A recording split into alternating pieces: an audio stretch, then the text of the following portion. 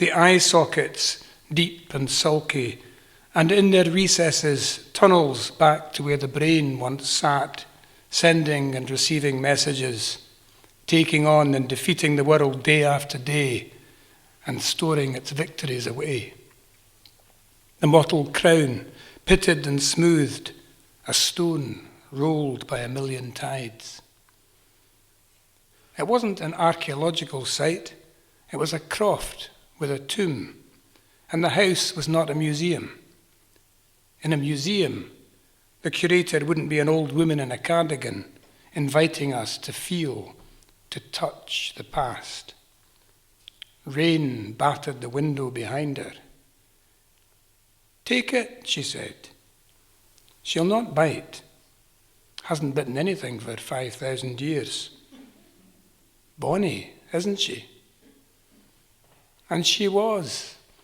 That half-mouth's grin, that cranium map of however many years she'd lived, that stony vault from which she'd seen an island of stone.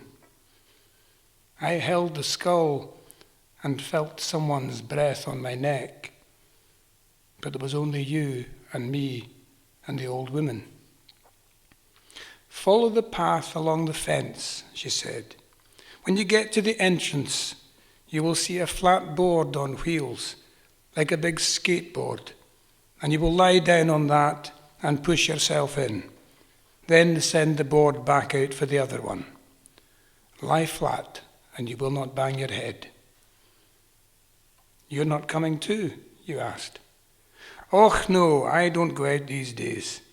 Not in weather like this, anyway. But you'll be fine. It's dry inside. Cozy it would have been." She held out her hands for the return of the skull.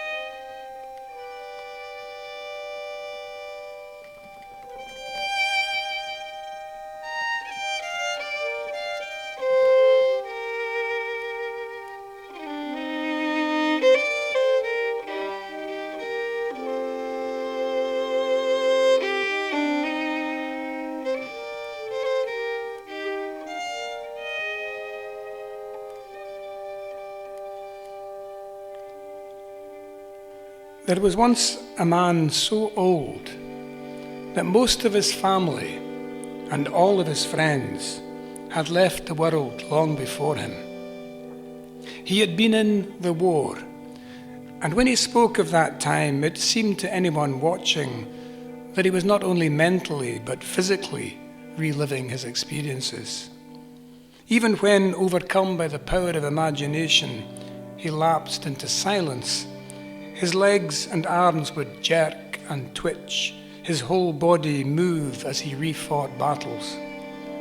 His young relatives, for whom the war was only history, were thankful that they had not had to undergo such experiences. Increasingly infirm, and having gradually but completely lost his sight, the old man had to move into a residential home. One morning the staff found his room empty, his bed not slept in. A search was undertaken, but without success. Then the telephone rang. A neighbour had discovered him outside his old house, cold but in good spirits. She was now giving him his breakfast. How, though, had he got there during the night? The house was 5 miles away, along a complicated route, and he was a blind nonagenarian who could not ordinarily reach the dining room without assistance. When questioned, he vigorously denied phoning for a taxi or having been given a lift. He had walked all the way with his comrades, he said, naming 3 men who had been dead 70 years. And whenever one of the party had tired, the others had taken it in turns to support him as they went. He never wavered from this account, and no other explanation of how he had made that journey was ever found. A few weeks later, he had a fall, and shortly after that he died. It was the old man's grandson who told me of that last March. The story has stayed with me ever since. It makes me think of the dying Balzac, who looked at his doctor and cried out, "Send for Blanchillon." When mere mortal physician could do no more for him, the author called for one of his own characters. And who can say that Blanchillon did not come and did not bring relief?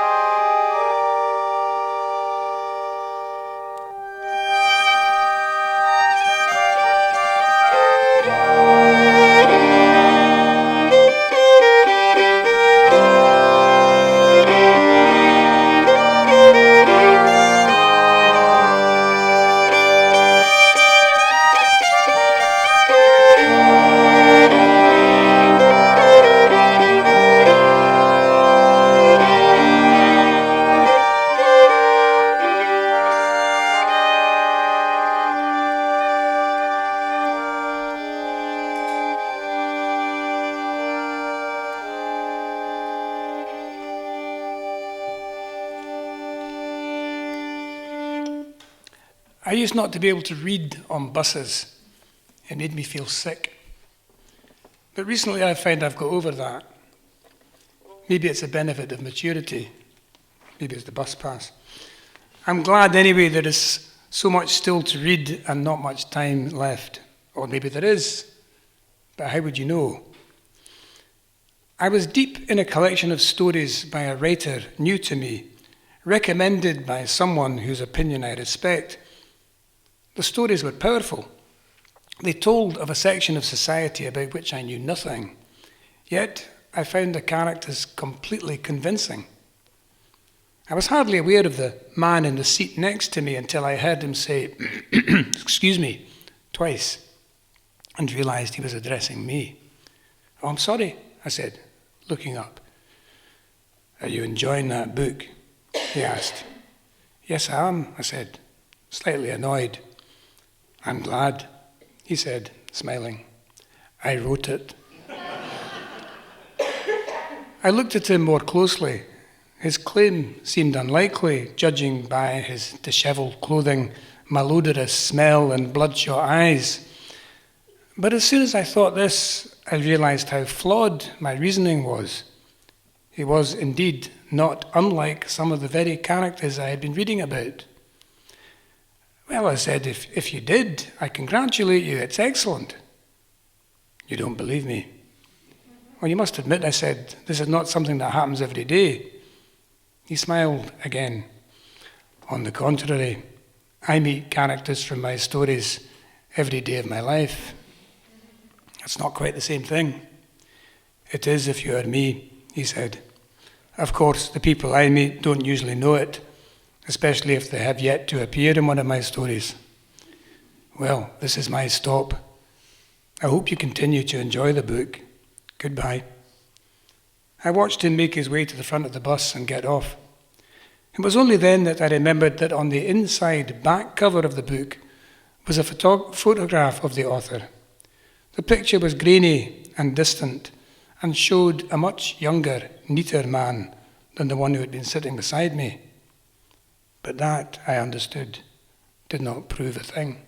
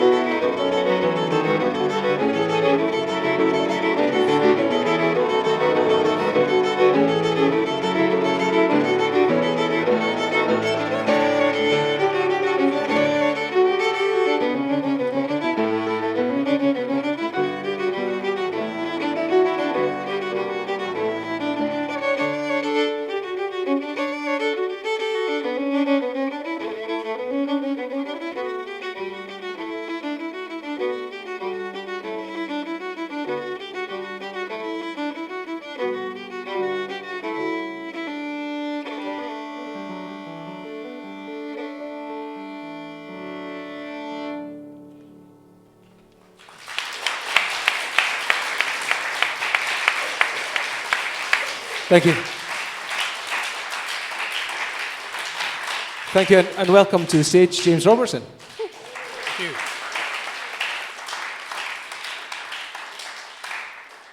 While Aidan and Kit get their breath back, I'll just talk you back through those stories. When Aidan, you may not have noticed, by the way, all of my stories, they're all exactly 365 words long. Aidan's tunes are all exactly 365 bars long. I think is that what you told me? Yeah. One of the confusing things is that instead of using the titles of my stories for his tunes, he used the opening words of each story. So that the last tune there was called "I Used Not to Be Able to Read on Buses." And the actual story is called "The Man on the Bus." And then the story before that, the tune title is "There Was Once a Man So Old." That's the short version of it. The actual story was called "Imagination." And that story was one of these ones that grew out of a real story, but then I took it into another place. My grandfather lived to be well into his 90s, and he had been at Salonika in the First World War and had been invalided home from that. He never talked about it really, but towards the end of his life, he was in a care home, and he was mentally very sharp, but he was physically not able to get around very much, and he was almost totally blind. So he needed assistance to go anywhere.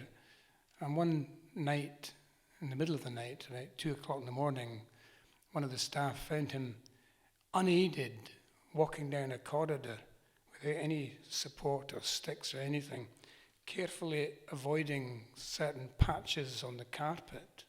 So she asked him, "Jack, what are you doing?" And he said he was trying to avoid stepping on the faces of the dead men, which always I felt was, I don't know what that was going back to, but I believe it was going back all the way to the First World War. And the very, very first story was called "The Skull," or the tune was called "Now the Old Woman Said." And that was based on a visit many years ago to a place in Orkney called the Tomb of the Eagles. Some of you might have recognized that place. Anyway, we're going to now do something slightly different. We're going to do a sort of ensemble story, aren't we? Yep. And we need to invite somebody up to join us on the stage. So could you please give a warm welcome to Caroline from the toll booth.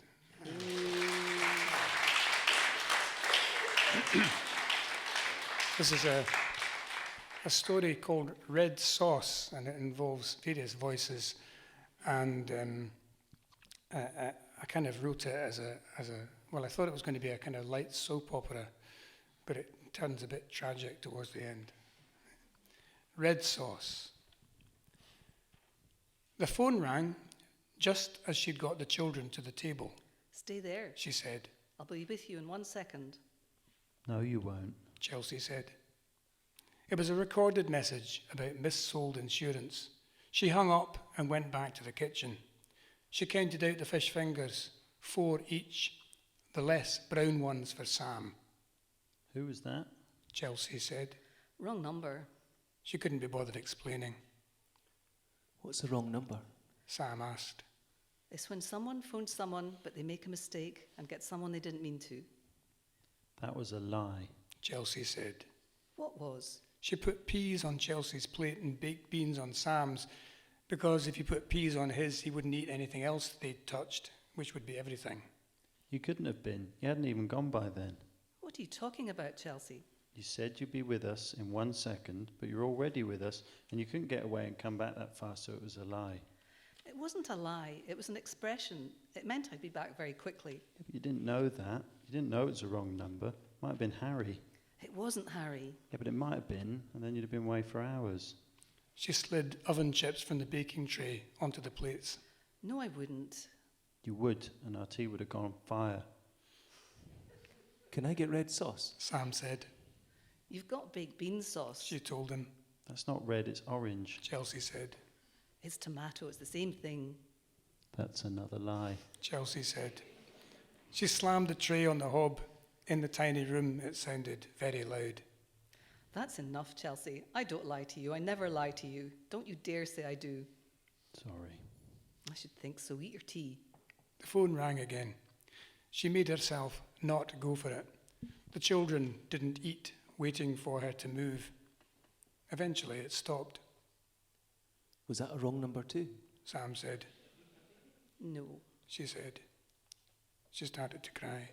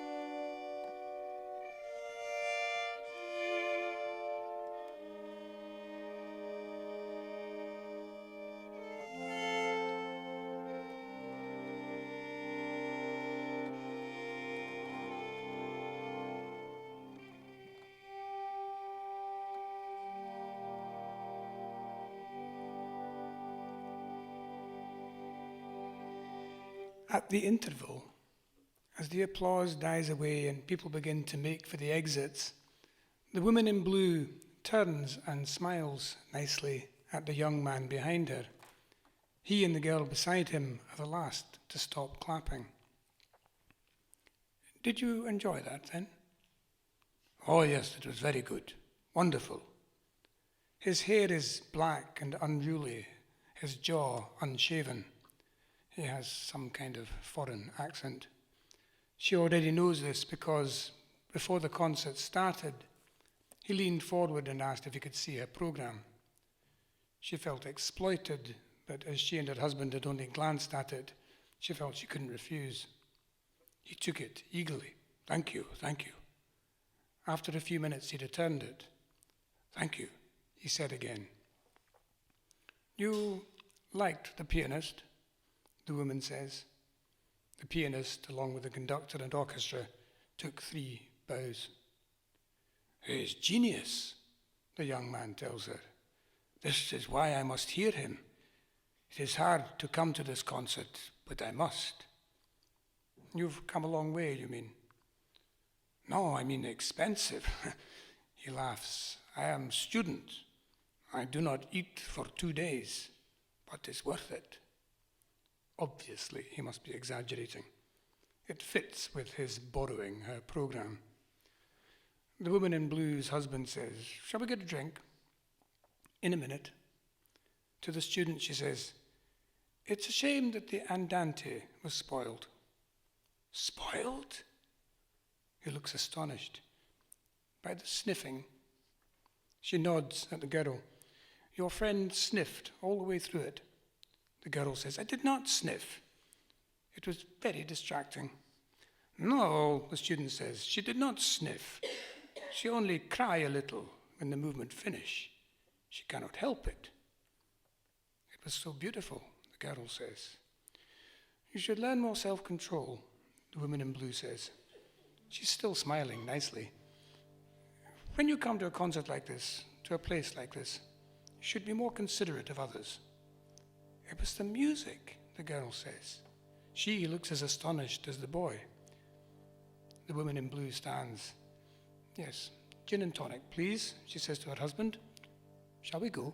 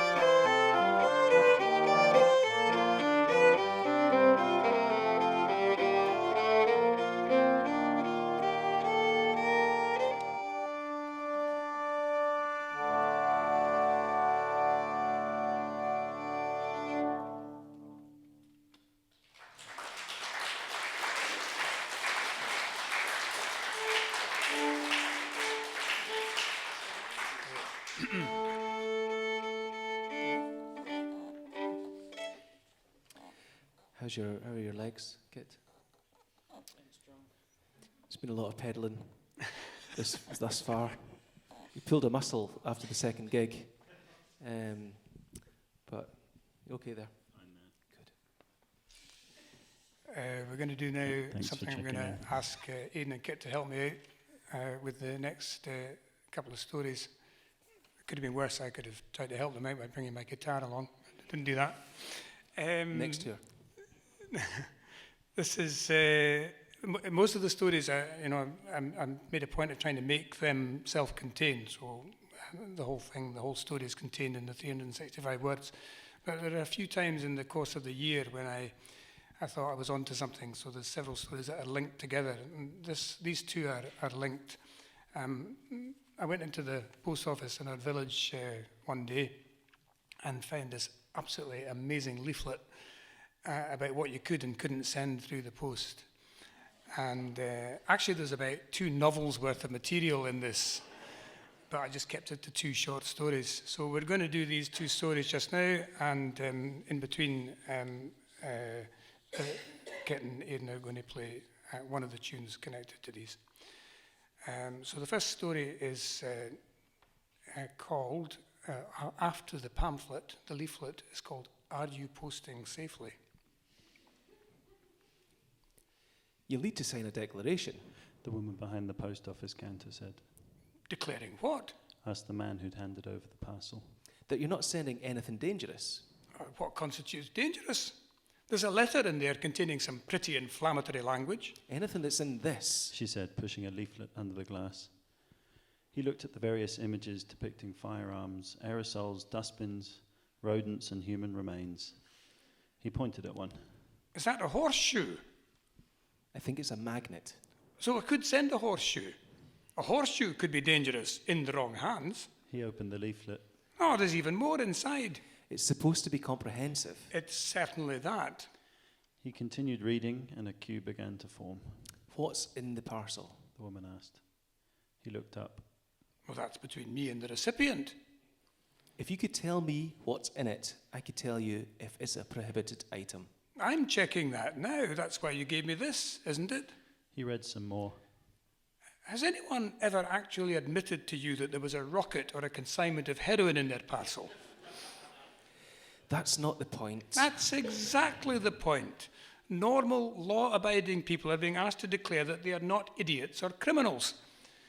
If I'm posting a submachine gun to an accomplice in Virginia, I'm hardly likely to admit it, am I? The woman looked again at the parcel. This is going to Virginia, she said. That's right. Virginia is where the CIA has its headquarters. Does that make you suspicious? Look, I'm just doing my job. Oh, we've heard that one before. Someone in the queue called.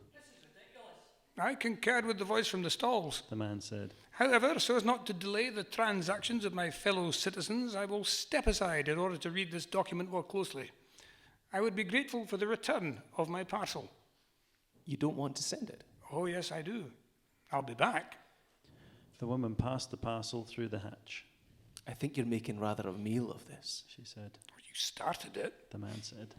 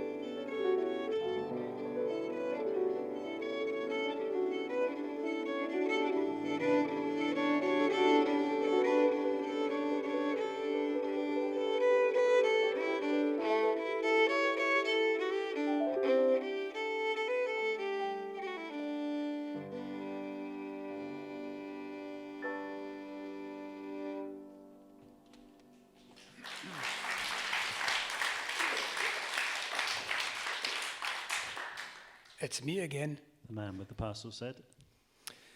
So it is. The woman behind the post office counter said.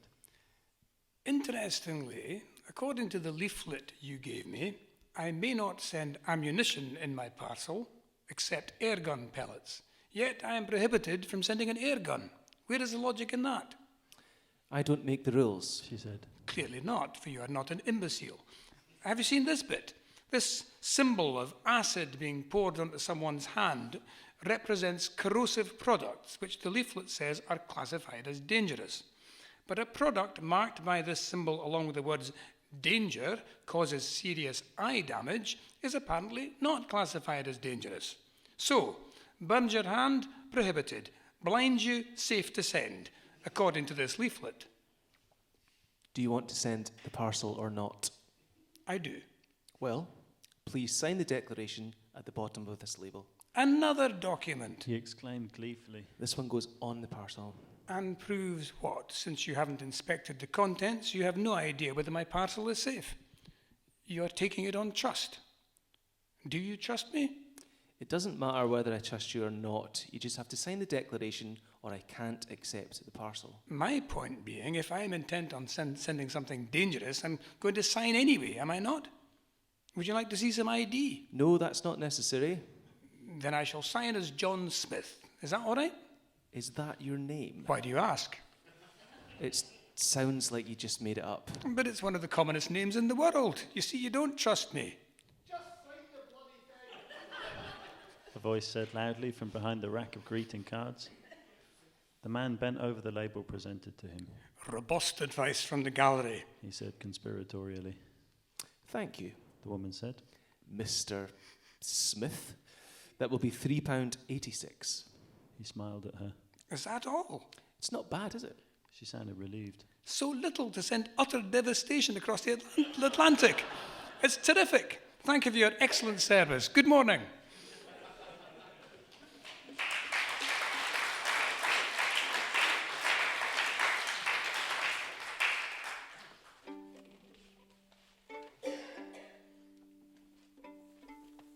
One of the, when I was doing these stories in 2013, I got about halfway through the year and began to panic, thinking I still had, 180 still to go or whatever. And then when I got to about October, I began to panic for another reason, which was I was running out of days and I still had lots of stories coming into my head. But there were days when it was 10 to midnight and I was beginning to worry that I wasn't going to find something to write about on that particular day. But one of the things that I latched onto, I went back to basics. I went back to fairy tales and ballads and folk tales and those really elemental things that we learn or we get as stories when we're wee, and that tend to stay with us for the rest of our lives. And one of the characters I lit upon in January was Jack. This is Jack of Jack and the Beanstalk fame, but Jack appears in lots of other folk tales, particularly here in Scotland, but everywhere really throughout the British Isles, and I'm sure in other forms in other countries. And Jack usually lives with his mother, and he's not the sharpest tool in the box as a rule, and his mother despairs of him and so on. But sometimes he's a wee bit smarter than she gives him credit for. Anyway, I wrote a couple of these stories about Jack in January, and I liked that, so I thought I would try and do two more Jack stories in every month. So by the time I got to December, I'd done 24 of these. So this one's from October, and it's called Jack and the Dog. Jack, his mother says one day, that old dog has had it. All she does is eat and sleep. Tak her down to the sea and drown her. Oh, mother, I can't, Jack cries, but she insists. Down to the sea he trudges with the dog limping at his heel. When they reach the water's edge, Jack sits for an hour and the dog sits with him. And then they go back to the house. I couldn't do it, mother, Jack says. She wasn't ready for drowning. I'll make it easier for you, she says. Tak this old sack with you, and when you get to the sea, put the dog in it and drown her. So Jack trails down to the sea with the sack and the dog, but he still can't do the job, so it's back up to the house they go. It's hard, Jack, his mother says, but the morning's morning you'll hate to do it, because I've told you. The next morning when Jack gets up, the sack is lying by the door. The dog was fast asleep, Jack, she whispers. So I just put her in the sack and tied it. If you carry it down to the sea and hold it under, that'll be the dog drowned. Well, Jack lifts the sack on his shoulder and away to the shore again, but he still can't bear to drown the dog. Even though she's so quiet, he thinks she might have suffocated. So he opens the sack to check, because if she's dead, then he'll not need to drown her. And what is in there but a big round stone wrapped up in a blanket? Back he runs to the house. Mother, mother, somebody stole the dog. No, Jack, she says, nobody's stole it. In front of the fire is the old dog snoring away like a train. I was testing you, Jack, she says. I wanted to see if you'd do what I tell you. Well, I do have failed you then, mother, says Jack, for I didn't drown the dog. No, son, you didn't fail, she says. You passed. Sit in at the table and I'll give you your breakfast.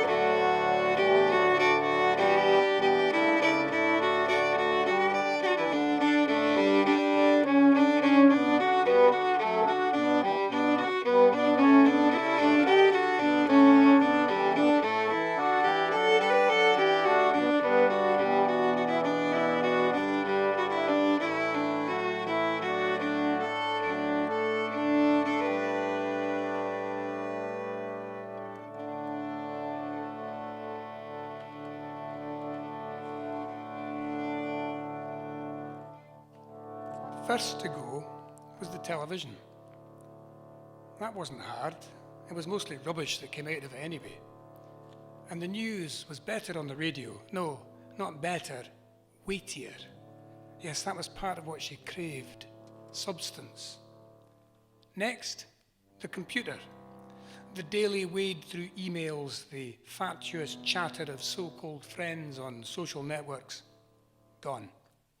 She had to cancel her online banking facility and arrange to receive bills by post and pay them by cheque, and this would be dearer, but she didn't care. There was something civilized about slowing down.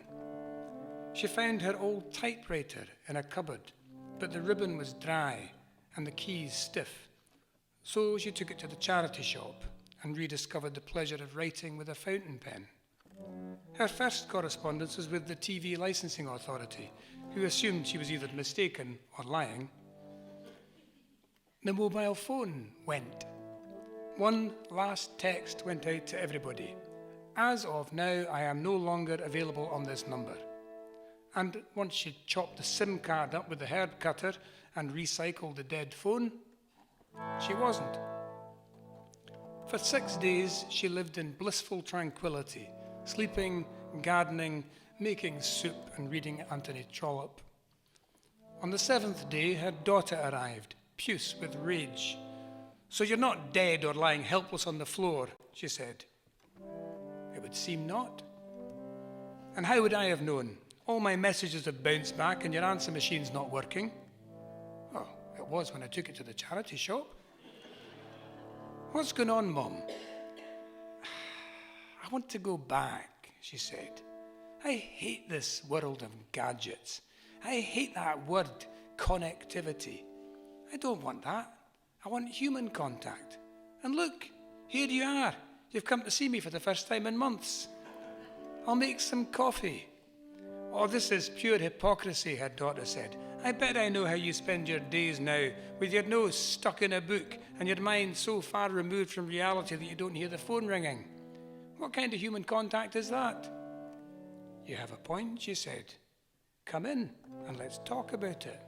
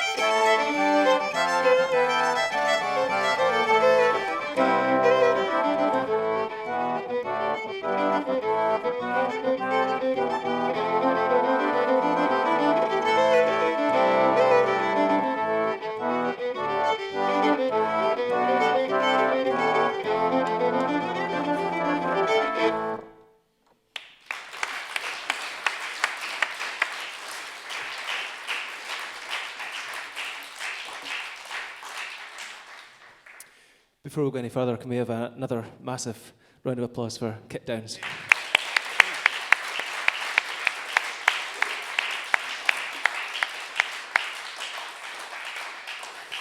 And huge thank you to James for taking on the idea, the concept, and running with it and joining the band. So James Robertson, everyone. Thank you. Yeah, and I would like to just say, I did these stories in 2013, one a day, and then in 2014, a year after, I wrote each one, I put them out on the internet a story a day for most of that year, and then we produced this book at the end of the year. And in the little preface to the book, I said that this book was really the kind of third life. But I hoped that there might be more lives to these stories beyond this book. And I had no expectation that was going to happen. And then Aidan has done what he's done. And so these stories have taken on a completely new life. And I'm really, really grateful to Aidan for having done that. I'm also really grateful to Aidan for having introduced me to Kit, because these young gentlemen are a pleasure to work with. So thank you very much.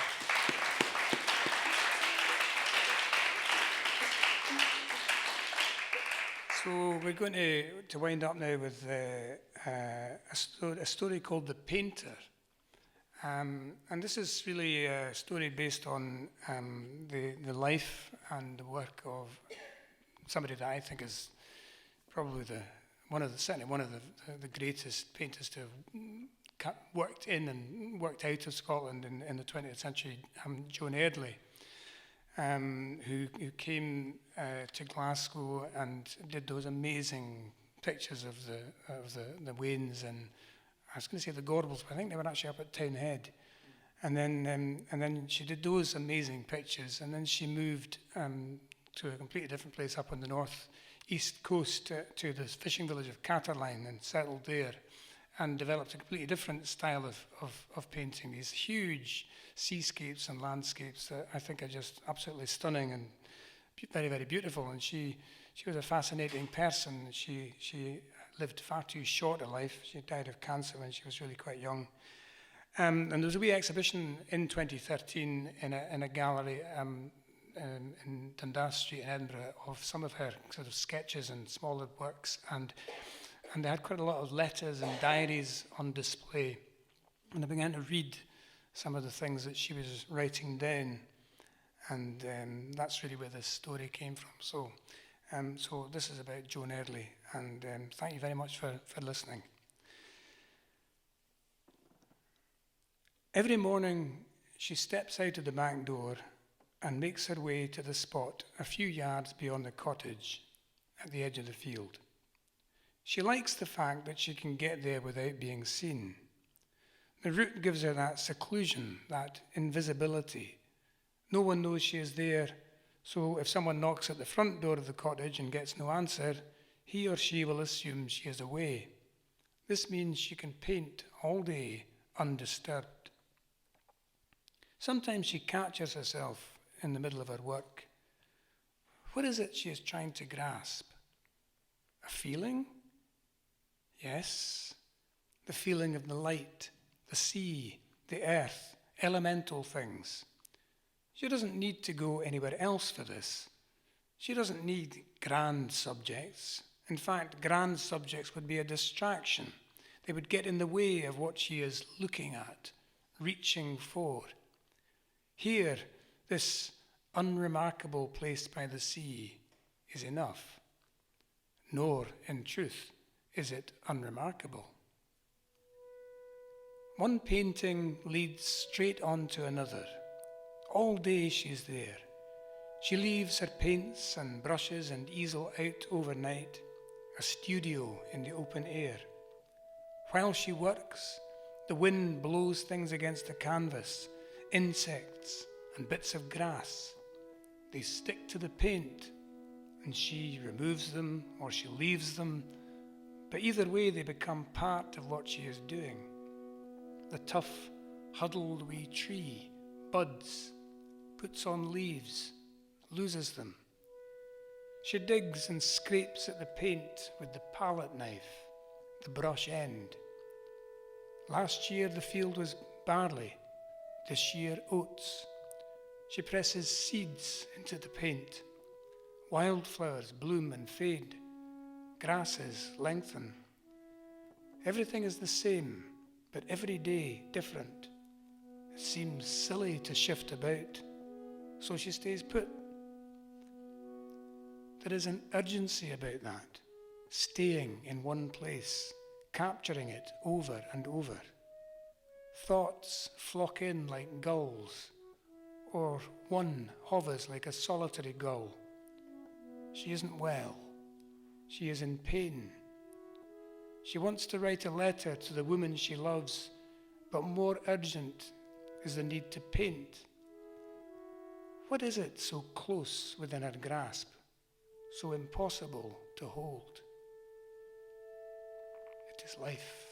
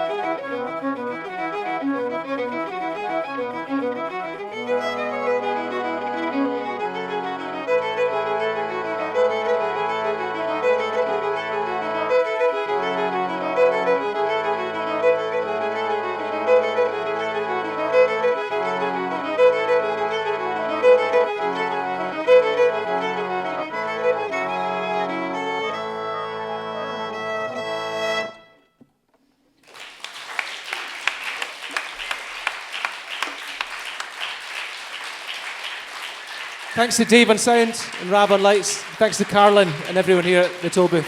Thank you very much.